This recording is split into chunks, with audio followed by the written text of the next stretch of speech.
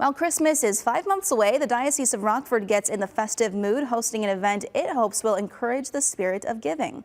Diocese of Rockford employees dressed up in holiday colors and 7 jolly Old St. Nick's made an appearance. As part of Christmas in July, the diocese will collect items for its Catholic Charities in 11 counties.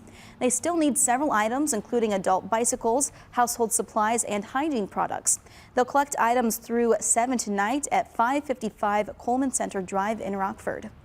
People could get in that spirit of giving at a time when there's still need, when they're packing for camping or, getting a cabin ready. They can grab some extra items and donate them for a good cause that will have effect all year long.